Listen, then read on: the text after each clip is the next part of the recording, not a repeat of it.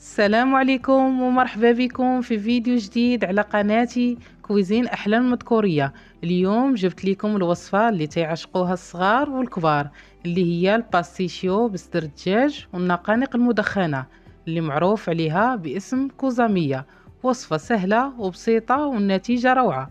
نخليكم مع المكونات وطريقة التحضير. عندي هنا بطاطا اللي غسلتها ونقيتها وغنقطعها على شكل فريت. انا احتاجيت 3 كيلو. من بعد ما كنقطعها كنضيف ليها شويه ديال الملح باش تعطيها الطعم وكتطلق داك الماء اللي فيها، وغادي ندوز باش نقليها.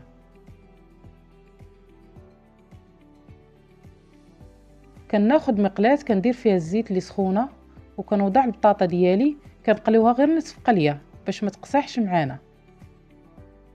غادي ناخذ صدر الدجاج كنقطعو قطع صغيره.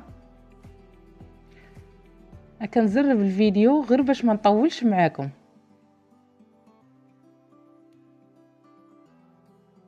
كيف تشوفوا على هذا القياس.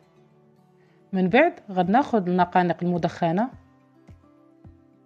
حتى هما كنقطعهم قطع اللي كتكون صغيره. الحشوه كتبقى اختياريه، يمكن لينا نديرو الكفته ولا داند فيمي ولا اي حشوه بغينا.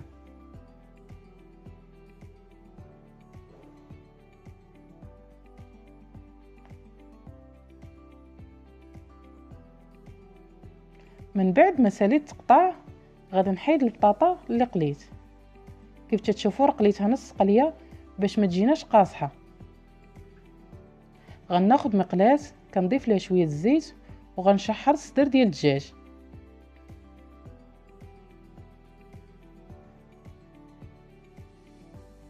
هنا غادي نتبلو غير بالملح والبزار.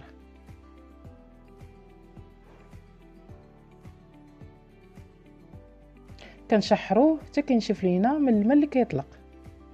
كناخذ كاسرونه كنضيف ليها 3 المعالق ديال الزبده وغادي ندوبها على نار مهيله.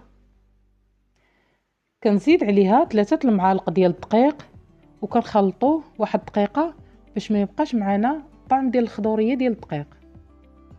هنا غادي نزيد اطر ديال الحليب اللي نقص منه كاس.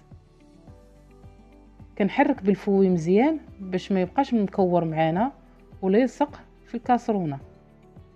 كنبقى نضيف الحليب تدريجيا حتى كيذوب الدقيق. غادي نسم بشويه الكوزه،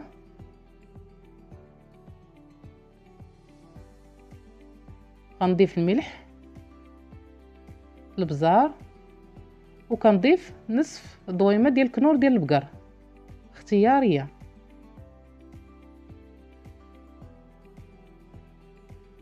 غنبقى نحرك حتى يعقد معانا. البيشاميل ديالي غادي نبغيها تكون عاقده شويه، حيت لا بقات سايحه غادي تشربها معنا بطاطا في الفران وغتجي ناشفه. كناخذ المول اللي كيدخل الفران كنفرش ليه البيشاميل وغادا نبدا ندير طبقات. غندير طبقه ديال البطاطا كنضيف ليها الصدر ديال الدجاج، النقانق، وكنعاود نضيف البيشاميل. نفس الطريقه غادي نفرش البطاطا كنزيد الصدر والنقانق اللي بقات معانا وغنضيف البيشاميل.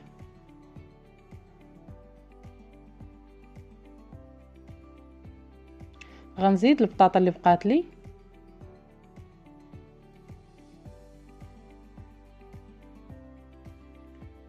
وتنغطي بطبقه مهمه ديال البيشاميل.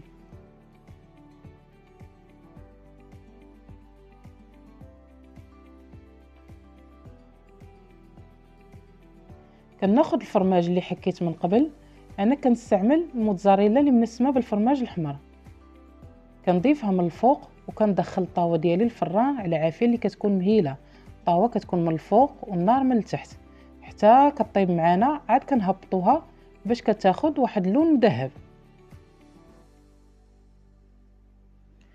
باستيشيو ديالي من بعد ما طابت تجي على هذا الشكل، تجي بنينه ما تشبعوش منها. صدقوني الا جربتوها ما غاديش تندموا. انا بعدا من المفضلات عندي. غادي نقطعها معاكم باش تشوفوا النتيجه.